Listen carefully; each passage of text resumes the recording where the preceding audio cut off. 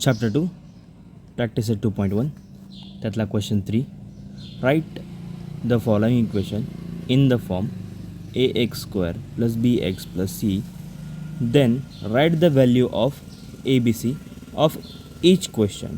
ठीक आहे, त्यातला आपण 5वा क्वेश्चन बघत आहे. ठीक आहे, इथून आपण ॲन्सर राईट करायला सुरुवात करू. दिलेला प्रश्न पुन्हा लिहून घ्या. पहिल्यांदा काय दिला आहे, गिवन p ब्रॅकेटमध्ये 3 + 6p = -5.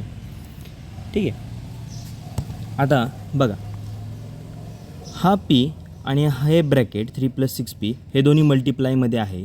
त्यामुळे काय होणार, या pने एकदा या 3ला मल्टिप्लाय होईल आणि या pने एकदा 6pला मल्टिप्लाय होईल. याचं बघा आपण कसं, मग एकदा या pने किती कोणाला मल्टिप्लाय होईल, 3ला मल्टिप्लाय होईल आणि त्याच pने कोणाला मल्टिप्लाय होईल, 6pला मल्टिप्लाय होईल = -5 ॲज इट इज, चेंज नाही केलं. आता p × 3 म्हणजेच काय येणार आहे आपल्याकडे 3p + p × 6p 6 as it is p × p p² which is = -5. ठीक आहे, आता हे जे आपण लिहिलं आहे 3p + 6p = -5 हे अजून या फॉर्ममध्ये गेलं आहे का, तर नाही. त्यासाठी काय करावं आपल्याला, हे -5 इकडे आणावं लागेल. जे राईट हँड साईडला -5 आहे, लेफ्ट हँडला आल्यावर काय होणार आहे, ते मायनसचं प्लस होणार आहे. आणि हे बघितलं तर हे दोघांमध्ये हा क्वाड्रॅटिक जो आहे, हा स्क्वेअर आहे, हा कुठे हवा होता, पहिल्यांदा हवा होता आणि हा त्याच्यानंतर हवा होता. हाही बदल आपण या नेक्स्टमध्ये चेंज करून घेऊ. ठीक आहे, मग आपण काय करू, हा डावीकडे आणू आणि हा उजवीकडे घेऊन जाऊ. ठीक आहे, आपण हे दोन्ही राईट हँड साईडला पूर्ण = नेत नाही आहे, त्यामुळे याची साईन काही चेंज होत नाही. मग काय होणार आपल्याकडे 6p² + 3p आणि आता काय होतं आपल्याकडे, हा जो -5 आहे तो आपण = लेफ्ट हँड साईडला आणत आहे, म्हणून हा मायनस साईनचा हा मायनसचा चेंज करणार आहे, प्लस होणार आहे.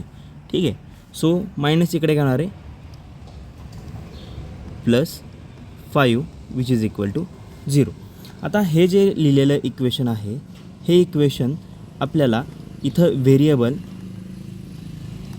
p आहे. ठीक आहे, इथं व्हेरिएबल काय आहे, p आहे, म्हणजे हे इक्वेशन p व्हेरिएबलमध्ये आहे. म्हणजेच काय, हे जे इक्वेशन आहे हे लाईक असं आहे आपल्याकडे. ठीक आहे, AP² + BP + C = 0.